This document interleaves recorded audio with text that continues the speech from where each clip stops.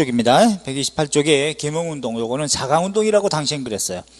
온건하게 실력을 길러서 나중에 장기적으로 힘이 모이면 그때 뭐 민족회복운동, 독립을 하자, 뭐 이런 개념이 이제 계몽운동인데, 계몽운동의 주체는 항상 지식인 중심이죠.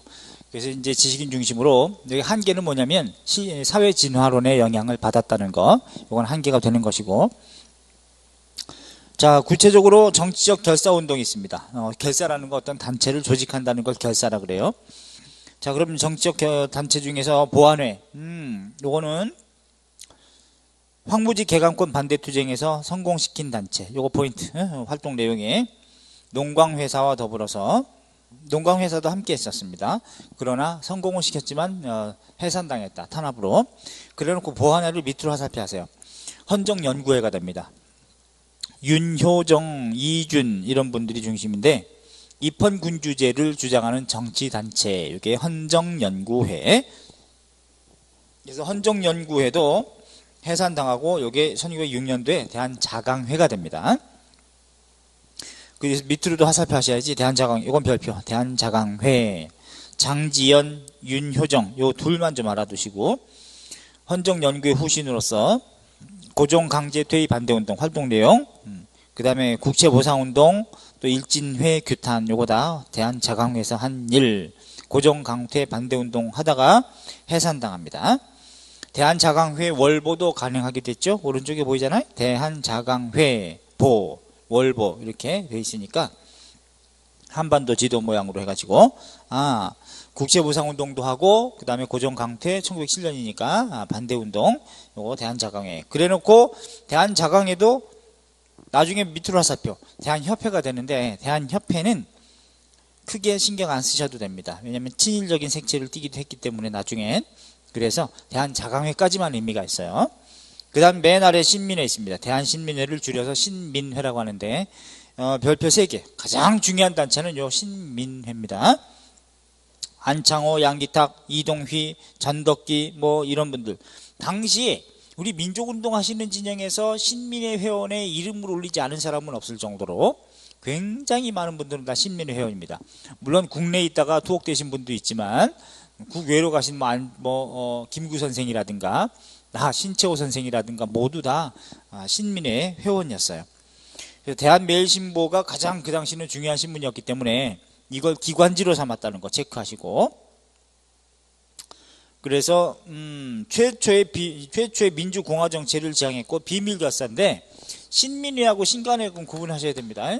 신민회는 1907년부터 1911년에 백오인 사건으로 해산당할 때까지, 그 다음에 신간회라고 하는 단체는 일제강점기에 1927년부터 1931년도에 민족 단일당 운동에 의해서 만들어진 최대 규모의 그 당시의 정치 사회 단체가 신간회입니다. 요거는 비밀 조직인데 비해서 이거는 공개된 단체예요. 공개 단체가 돼서 좀 다릅니다. 그러나 둘 다 중요해요. 신민회하고 신간회. 신채호 선생은 요 신민회, 신간회 모두 이름 올리신 분이 신채호 선생이기도 하고, 그래서 신민회는 1907년부터 1909년도에 쪽발이의 남한 대토벌 작전으로 의병운동이 아주 고난을 겪을 때까지는 국내에서 민족 실력 양성운동 차원에서 태극세관 자기회사 같은 거 운영해서 군자금 모금하고, 민족 교육을 통해서 예컨대 평양의 대성학교, 또 정주의 오산학교 같은 거 세워가지고 민족 교육에 힘썼던 단체가 신민회입니다. 또 우리나라 역사상 최초의 공화정체를 주장했던 단체이기 때문에 왕정을 포기하는, 폐지하고 이제 민주공화정 형태의 최초의 주장, 이게 바로 신민회라고 하는 단체니까 아주 중요해. 알았죠? 자, 그래서 넘겨보시면 신민회에 이어진 내용이 나오죠. 무려 800여 명의 회원을 가지고 있었습니다. 그런데 1910년도에 안중근 의사의 사촌동생이었던 안명근 의사가 중국으로 망명가 있었는데, 그런데 몰래 들어와서 군자금 모금하다 걸려요. 걸리는데 조선총독 데라우찌가 뭐라고 하냐면, 안중근 의사 사촌동생 안명근이 군자금 모금뿐만 아니라 조선총독 데라우찌를 암살할 모의가 있었다, 이렇게 누명을 씌워가지고 황해도 지역의 기독교 계열 인사들, 배일적인 인사들을 탄압하고 더 확대시켜가지고 그렇게 총독 암살 음모가 있다 해가지고 무려 600여 명의 회원 민족주의자들을 다 연행을 하는데 그 중에 백오인을 특별한 죄목도 없이 깜빵에 다 집어넣었어요. 그래서 백오인 사건이라고 하는데 그래서 신민의 다 회원이었기 때문에 자동으로 해산당하는 그런 문제가 노정됐던 게 바로 백오인 사건입니다. 1911년도에. 자, 그래서 활동 내용 알아야죠. 성격, 국권 회복은 당연하고 공화 정체를 최초로 주장했던 비밀결사였다. 그래서 민족 교육을 육성하기 위해서 대성학교, 오산학교, 평양의 대성학교, 또 평안북도 정주의 이승훈 선생이 오산학교, 그 다음에 보창학교, 이동희 선생이 강화도에 세웠던 민족근대학교입니다. 보창학교, 이런 것들을 세워가지고 민족교육에 육성하고 또 민족산업을 육성한다는 차원에서 대구의 태극서관, 이건 뭐 출판사입니다. 평양에다가 도자기회사, 뭐 줄여서 자기회사라 그래요. 요렇게 운영하고, 그 다음에 대한매일신보가 기관지 역할을 했다는 거, 요렇게만 좀 알아두시고, 그 다음에 1909년도는 남한 대토벌 작전으로 국내에서 활동하기 어렵기 때문에 다 국외로 좀 망명 가가지고, 특히 신민의 회원들이 국외로 가서 거점을 잡았던 데가 남만주, 서간도, 삼원보라고 하는 곳에 거점을 잡아요. 삼원보를 거점을 잡습니다. 그럼 이제 어디냐? 남만주, 서간도면은 백리 마운튼, 여기가 서간도거든요. 서간도, 여기가 북간도인데 동북간도 줄여서 요 지역의 서간도 삼원보라고 하는 곳에 삼원보 여기에 거점을 잡고 삼원보에서 만들어진 최초의 독립운동단체 서간도에 이게 바로 경학사입니다. 요 경학사가 나중에 한족회가 돼요. 19년 요게 서로군정서가 됩니다. 서로군정서 19년에 서로는 서간도 방면의 군사 정치적인 조직을 갖춘 무슨 관청서 기구라는 뜻인데 임시정부가 19년에 만들어지죠. 그 직후에 산하 단체라는 뜻으로 북로군정서는 북간도 방면의 이런 뜻이고, 그 다음에 여기에 신흥강습소가 세워지는데 학교입니다. 신흥강습소. 원래 신흥학교라고도 그래요. 뭐 신흥학교. 다 1911년. 그래 놓고 여기에 1913년에 신흥중학교가 됩니다. 신흥중학교.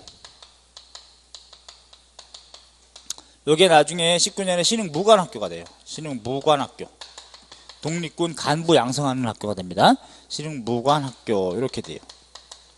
1919년부터 20년까지. 그래서 경신 참변으로 활동하기 어려워서 이제 소련 만주 국경 근처인 밀산으로 옮겨가게 되는데 그때까지 활동하게 되는 게 신흥무관학교입니다. 그런데 이 삼원보를 거점으로 잡으려면 땅을 사야 되지 않습니까? 그래서 이제 이회영 선생, 우리 이회영 선생의 6 형제는 며느리까지 다 독립운동을 하는데 그 당시에 명동 땅이 이회영 선생 땅이 되게 많았는데 그 명동 땅을 지금으로 말하면은 한 1조 정도 된다고도 하고 어떤 분은 한 1천억, 몇천억 정도 된다고 하는데 그걸 급히 큰 덩어리이기 때문에 그만큼의 땅을 다 사기 좀 어렵죠. 큰 덩어리니까.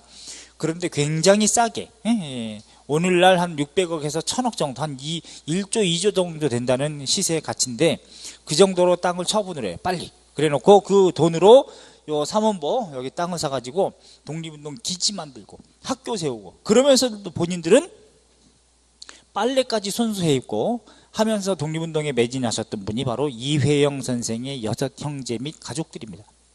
그게 바로 진정한 노블리스 오블리주를 실천한 예다라고 봐야죠. 대단하신 분들이죠. 자, 그래서 신민회 꼭 알아두십시오. 안학사건과 백오인 사건으로 탄압을 받았다는 거.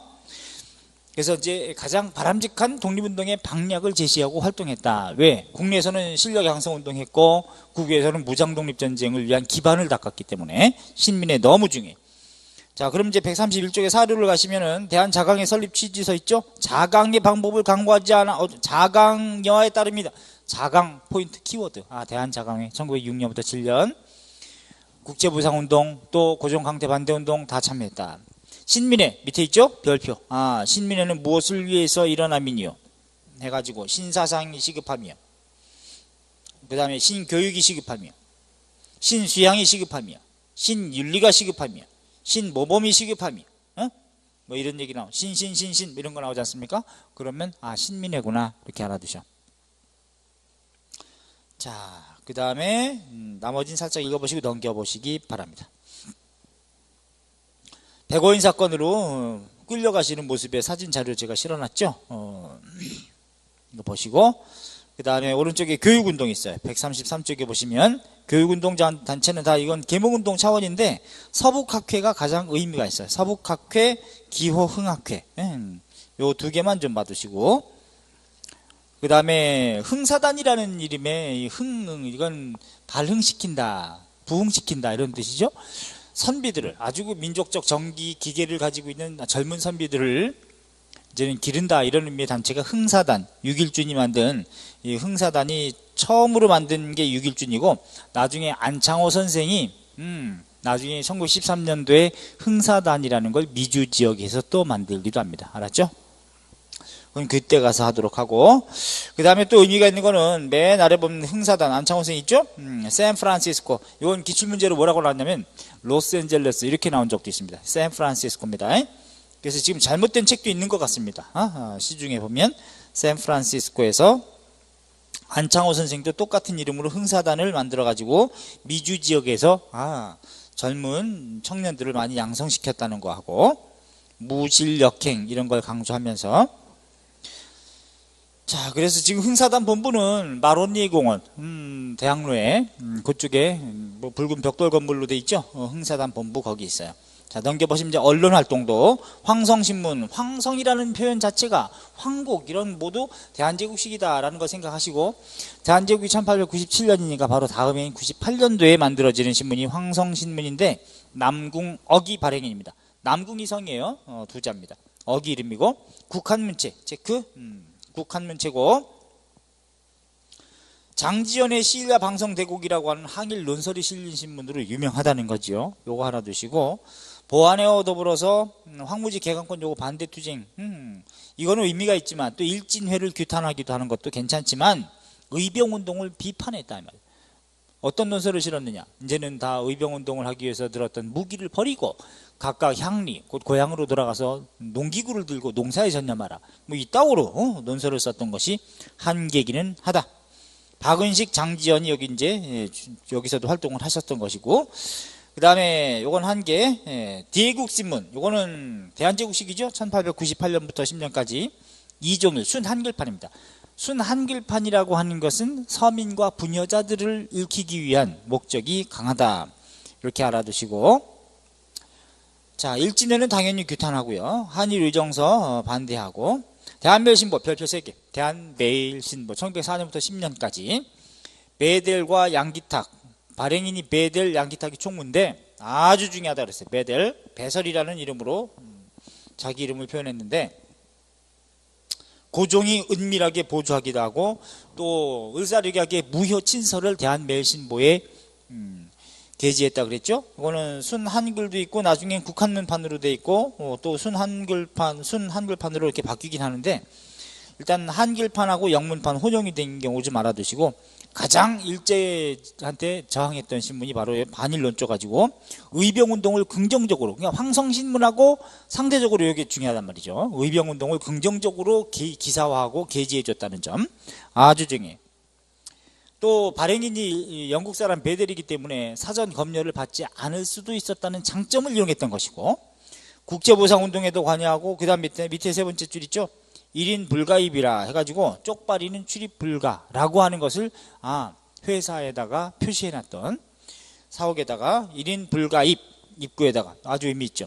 여기서 이제 주로 논설로 활동하신 분이 박은식, 신채호 선생. 특히 신채호 선생은 여기에 독사신론이라고 하는 글을 씁니다.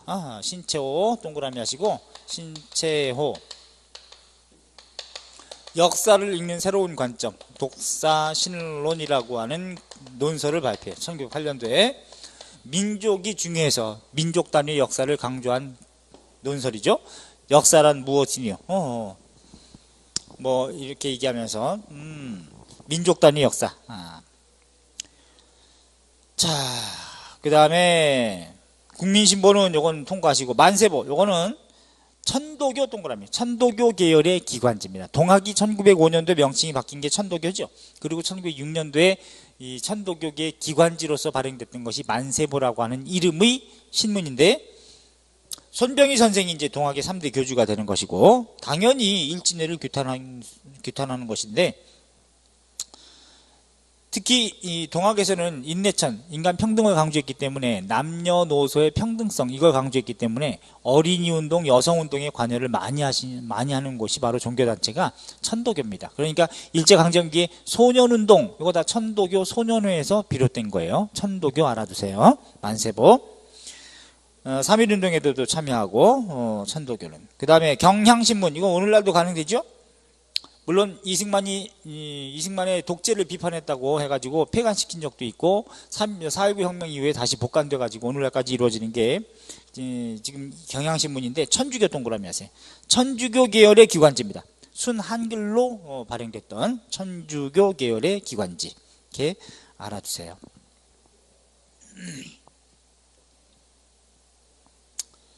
자, 그리고 넘겨보시면 식민지화의 위기와 민족적 저항이라고 또 하나 이렇게 136쪽에 제가 체크해 놓은 게 있습니다. 여기 보시면 한일 의정서부터 우리 이미 순서대로 배웠죠. 한일 의정서, 또 제1차 한일 협약, 그러고 나서 대외적으로 가스라 테프트 밀약, 제2차 영일 동맹, 포스머스 조약, 그리고 을사르기약, 그리고 헤이그 특사 파견 1907년 6월 7월 달에 세 가지 사건 뭐 있어요? 고종 강퇴, 한일 신협약, 군대 해산, 1908년 동양척식 주식회사 들어오고, 1909년 기후각서로 사법권, 화목사법권 다 뺏기고, 1910년 6월 경찰권 뺏기고, 그 다음에 8월 국권 뺏기고, 이런 과정에서 한일 의정서에 대한 직접적인 배경, 반대, 계몽운동 차원에서 제국신문에서는 한일 의정서를 반대하는 논설을 싣고, 황성신문도 한일 의정서를 보도하면서 요것 때문에 또 이제 정간되기도 했고, 그 다음에 일본의 황무지 개강권 요구 반대 투쟁, 황성신문도 바로 여기에 가담하기도 하고, 보안의 농광회사, 특히 잘 나오는 경우죠. 보안의 농광회사 반대 투쟁에서 성공을 시켰으나 해산당하고 협동회로 개칭됩니다. 보안회가. 자, 그 다음에 을사르기약, 이 을사르기약에 대한 저항 되게 많지. 의병운동으로 을사의병도 했었고, 이거 특히 이때 가장 최대 규모가 바로 3번 민종식, 안병찬 이런 분들, 충청남도 홍성에서. 그 다음에 4번 최익현, 임병찬, 마지막으로 계긴 게 바로 최익현이다. 그 다음에 개인적인 의열투쟁 쪽에서는 죄악파기 상소운동 하시는 분, 한규설 체크, 조병세, 이상설, 안병찬, 이런 분들 죄악파기 상소운동 자결하시는 분, 특히 조병세 이런 분들 자결하신다 그랬어요. 그래서 자결 순국하시는 분, 민영환 체크, 조병세 둘 좀 알아두시고, 그 다음에 계몽운동 계열에서 136쪽에 장지연의 시일야 방송되고, 황성신문 을사르기약에 대한 직접적인 반대 사설이다. 대한멸신보 의병운동을 긍정적으로 게재해주고 보도해줬다는 것, 또 항일 논설도 게재했던 가장 중요하신 분이라고 했습니다. 그 다음에 만세보, 을사오적, 일진회 다 규탄했고, 만세보. 그 다음 오른쪽에는 이제 칸이 없어서 오른쪽으로 넘어간 건데, 을사르기약에 대한 여전히 저항으로 항일 의병전쟁 쪽에서 최익현 아까 했던 겁니다. 그 다음 맨 아래 평민 출신 의병장 신돌석, 을미, 을사, 정미 다 들고 일으켰다 그랬습니다. 근데 지역적으로 경상북도, 강원도 남부 쪽이지, 이게 전라도 이러면 안 돼. 신돌석은. 그 다음에 개인적인 의열투쟁, 오적 암살단 조직하시는 분, 나인영, 나철이라고 하시는 분이에요. 나철, 아까 나철이라고 배웠죠? 나인영입니다. 원래 본명은. 오기호, 기산도 뭐 이런 분들. 자, 그 다음에 장인환, 전명훈 의사는 바로 을사르기약에 대한 저항으로 을사르기약 이후에 very good, nice, wonderful 뭐 이렇게 찬양하고 다녔던 외교 고문 스티븐스를 샌프란시스코에서 저격해서 처단했다. 이건 뭐 로스앤젤레스 이래도 안 될 것이고, 안중근 별표 1909년 10월 26일 날 만주 하얼빈에서 이토를 처단했단 말이죠. 저격해서 처단한 혁혁한 전과를 올리고, 그 다음에 매국노 이완용을 자상시킨 분 이재명 19살이었는데 불구하고 찌를 짜자 상천엘 상자 명동성당에서 습격을 했는데 안타깝게도 사형으로 돌아가십니다. 그 다음에 을사늑약에 대한 장으로 계몽운동 쪽에서 대한민보 일진회를 규탄하기도 하고, 황실에서는 고종이 헐버트 동그라미 을사늑약의 무효의 친서를 워싱턴에도 좀 보냈는데 만나지도 못한다 그랬죠. 고종은 또 헤이그 밀사 몰래 파견을 하더라. 이상설, 이준, 이위종 이런 분들, 헐버트 헤이그에서 이제 나중에 워싱턴에 갔다가 대통령 못 만나고 네덜란드로 가가지고 여기서 헤이그에서 합류합니다. 헐버트 알아두시기 바랍니다. 헐버트 누구누구 알려드렸죠. 푸른 눈의 이방인으로서 우리 모양은 우리처럼 생긴 친일파들, 그런 분들보다 훨씬 더 훌륭하신 인격을 가지신 분, 우리나라 국권회복이라든가 또 민족해방운동이라든가 또는 민주화운동에 참여하시고 이렇게 좀 도움을 주셨던 분, 아까 나열했던 분이 있었어요. 누구? 베델, 헐버트, 그 다음에 또 누구도 있었어요. 조지 쇼, 그 다음에 스커필드 박사, 그 다음에 현대사에서는 힌스페터 독일 기자, 이런 분들이 아주 의미가 있었다. 저 같은 시험에 내기도 하겠습니다. 그 다음에 고종 강제 퇴위에 대한 저항으로 대한자강회, 아까 했듯이 좀 전에 고종 강제 퇴위 반대운동을 전개했던 단체, 그래서 해산당하고 대한협회가 된다고 그랬죠. 근데 대한협회는 친일적인 색채를 나중에 띠기도 했다.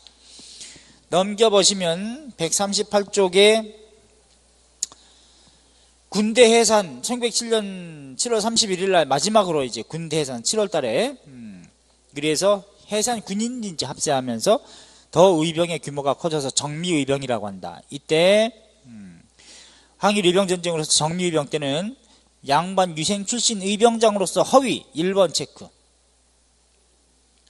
그 다음 나머지 쭉 10번에 최응언 체크, 최응언 이렇게 알아두시고요. 또 3번에 전해산 전남 나주에서 이런 정도만 보세요. 나머지 분들은 이제 여러분들이 너무 힘들 테니까 보지 마시고, 해산 군인이 합세한다는 것, 가운데 쪽 아래쪽 있죠. 해산 군인, 그건 뭐야? 정미의병이지. 군대 해산을 계기로 일으켰으니까. 원주 진위대, 강화 분견대, 홍주 분견대, 진주 진위대 이렇게 특히 원주 진위대를 이끌었던 민긍호, 이제 이런 양반들 의미가 있다.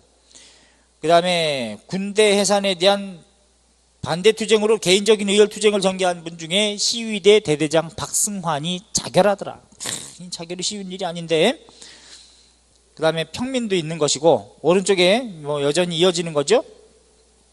군대 해산에 대한 반대투쟁으로 13도 창의군을 정미의병에서는 결성했다. 1907년 이인영이 바로 총대장이고, 허위가 군사장인데 총대장 이인영이 아버지 돌아가셨다고 내려가는 골 때리는 상황. 양주에 집결해서 경기도 동대문 밖 30리 12km 정도까지 왔었는데 결국은 서울 진공작전에서 이런 지도부의 한계, 또 평민 출신들을 탄압하는 배척하는 한계, 또 화력의 한계, 이런 것 때문에 실패하고 만다. 단 여기서 의미는 뭐다? 국제법상 교전단체로 인정해달라고 하는 영사관에 통문을 보내서 독립군을 자처하기도 했다는 점, 이때부터 그런 정도의 의미는 있고요. 그 다음에 139쪽 가면은 한국병탄 늑약에 대한 국권 비탈에 대한 저항으로 나오는 게, 자결하시는 분 중에 세 번째에 매천 황현이 있습니다. 이 황현은, 나는 이 사람 아주 별로 좋아하진 않는데, 이 양반을 1894년 농민전쟁이 터졌을 때는 굉장히 농민들 한 몇만 명이 없어도 군주권만 강하면 된다라고 해서 농민들을 아주 역적으로 몰았던 사람이 매천 황현이에요. 그런데 황현이 1910년 경술국지 국권강탈 직후에 뭐라고 하냐면, 나라가 나한테 죽으라고 강요하진 않았다. 그러나 망한 나라에서 스스로 목숨 하나 끌었다고 하는 선비가 없는 것도 애석한 일이다 해가지고 스스로 죽어요. 음독적이라는 사람이 매천 황현인데, 참 정신 나갔지. 이량씨는 그렇게 죽으면 안 되지. 어차피 죽을 거면 어떻게든지 총독 내지는 총독과 관련되는 거물을 하나씩 죽이고, 그렇게 죽어도 타당할 것을 왜 스스로 목숨을 끊니? 매천황현, 매천야록이라는 책도 남기고 오하기문이라고 하는 것도 남기고 하는데 참 안타까운 사람이죠. 응? 시대를 그렇게 보면 안 되지. 그래서 황현은 근데 시험에 어떻게 낼 수 있느냐? 을사르객에 대한 저항으로 1910년 이전에 죽었다 그러면 안 돼요. 이거는 경술국치, 국권 강탈 때문에 음독자결하는 사람이 황현이라는 걸 알아야 돼. 그래서 이거는 연도 때문에 좀 중요합니다. 경술국치 때문이다. 이렇게 알아두시고, 나머지 분들도 자결했다는 건 대단한 의로운 기운인데, 이걸 다 제가 이런 분들은 의미가 있어서 넣어놓은 것이지 시험에는 나온 적은 없어요, 별로. 그러니까 매천 황현만 좀 알아두시기 바랍니다. 아셨죠? 이런 분들 좀 의미는 있으되 자결했다고 하는 거는 자, 그러면 우리 이제 139쪽까지 1876년 개항 언저리, 그 이전에 흥선대원군 이전에 19세기 전반의 세도정치 시기의 내후 외환, 그 다음에 세도정치를 척결하고 흥선대원군이 한 일은 좋았지만 그러나 대외적으로 어떤 일? 통상수교 거부정책에 의한 한계, 이것 때문에 결국은 1873년 고종이 친정체제가 되는 가운데 흥선대원군은 이제 물러나고, 그리고 나서 운용호 사건 75년, 그리고 76년에 강화도 조약이라고 하는 조일 수호조교 그 불평등 조약 체제 쭉 훑어봤고, 그거 이후부터 쭉 사건별로 뭐 굵직굵직하게 강화도 조약, 이모군봉, 그 다음에 갑신정변, 거문도 사건, 방공령 사건, 그리고 이제 동학의 교조신혼운동, 그리고 1894년 농민전쟁, 대내적으로 가보개혁이라면 대외적으로 청일전쟁. 청일전쟁에서 일본 놈이 이겼기 때문에 시모노세키 조약을 맺고, 그 다음에 그 이후에 반작용으로 삼국간섭.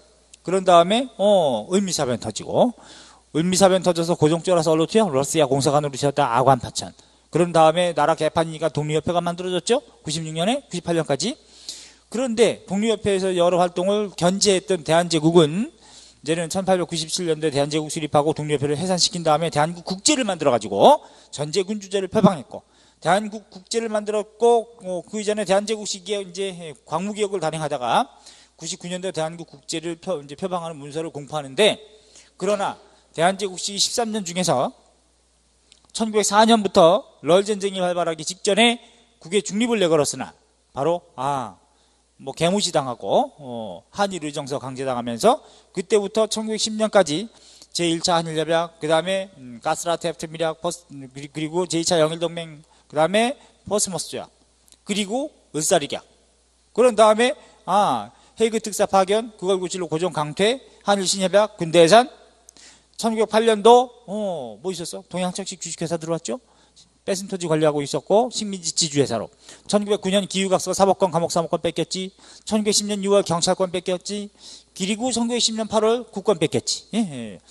그래부터 이제 1910년부터 45년까지 만 35년간 식민지 지배 시기가 되는 거지. 일제 강점기라고 그래야지. 일제 시기라고 해야지. 일제 강점기, 일제 시대라는 말은 절대로 써서는 안 되는 거야. 정말 무지의 소치죠. 그 시기에 일본 애들이 통치하는 시기가 특정한 시대가 되질 않는단 말이에요. 한국사와 시대라고 하는 것은 객관적으로 흘러가는, 자연스럽게 흘러가는 절대 시간이라고 하는 시간 속에서 세계사의 보편성과 한국사의 특질이 겹쳐지는 특정한 시기를 시대라고 하는 거예요. 그래서 원시사회, 그 다음에 고대사회, 중세사회, 근대사회, 현대사회, 이건 시대지만 그 안에 그 시대의 어떤 내용으로 채워졌느냐, 이게 특질이 되는 거지. 시대의 특질. 그러니까 원시사회는 공산제, 공동체 사회고, 그 다음에 고대사회는 노예, 계급사회고, 중세사회의 특질이 뭐냐? 봉건사회라 그래요. 봉건사회는 토지를 분봉하면서 토지 지배가 강해지는 거, 누적적으로. 신분제는 그 전부터 있었고, 이게 바로 봉건사회구나. 그럼 언제부터 봉건사회로 보느냐? 북한은 삼국 시기부터 보지만 남한학계에서는 남북국 시기부터 봉건사회 성립기로 본다. 그리고 고려시대는 봉건사회 발전기, 여러 가지 토지제도로 많이 운영되니까 지배 피지배의 관계가. 조선시대는 봉건사회 재편기라 그래요. 조선 초중기 17세기까지. 조선 18, 19세기는 봉건사회 해체기라 그래. 지주전호제는 계속 강화되고, 그 땅이 없는 전원 농민의 후손이기 때문에 여러분들이 지금 공무원 준비하고 있는 거예요.